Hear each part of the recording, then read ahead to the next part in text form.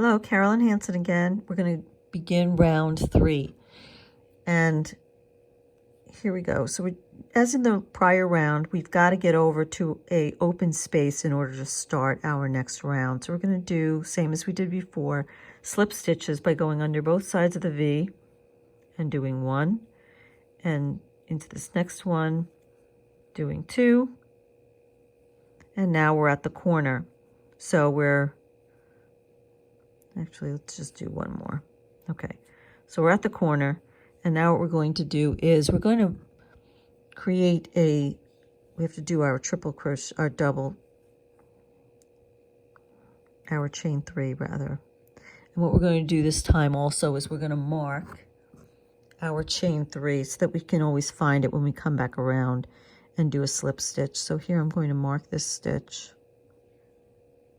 with another color thread. You can use a stitch marker, you know, the type that's like a safety pin, and we're just going to leave that here out of the way. All right, now we're going to do 2 more double crochets in our cluster. So here's 1 and 2, and now we're going to do chain 2. And we're going to do another cluster of 3.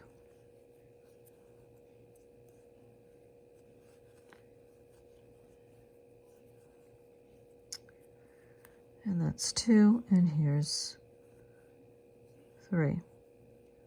Okay, now we have a cluster from the row below, so we need to do a chain 1 that represents that cluster as we skip over it and go into the next open space. Now you can see that our square is getting bigger, so we're not just doing clusters in corners any longer. We're now doing them in the center as well. So, but it's always 3 double crochets. Anytime you're doing a cluster, it's 3 double crochets. So we'll do our 3 double crochets in this cluster. And now we're going to do a chain 1 again, because we always complete a cluster with a chain 1. And now we're back to a corner. So we're going to do 3 double crochets,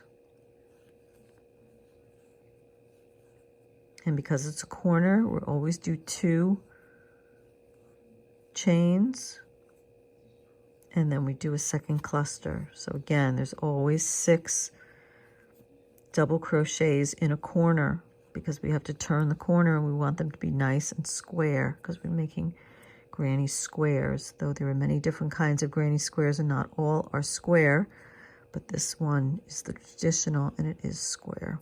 And you can also do it with a different color in every round if you want. Okay, so now we've completed one whole side.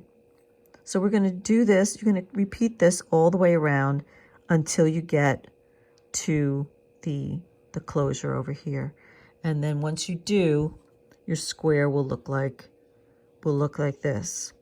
Once you get to this point and you do your slip stitch, then all you need to do, you can make this as many rounds as you want, but let's just say if you were only going to make 4 rounds, when you finish, you cut the thread and then do a chain 1 and then pull that yarn right through and give it a little tug and it will not come out. And then you're just going to take all of these squares later on and you'll sew them together. Or for right now, you can just keep making one big square and continuing on your way. So thank you for watching and happy crocheting. Bye.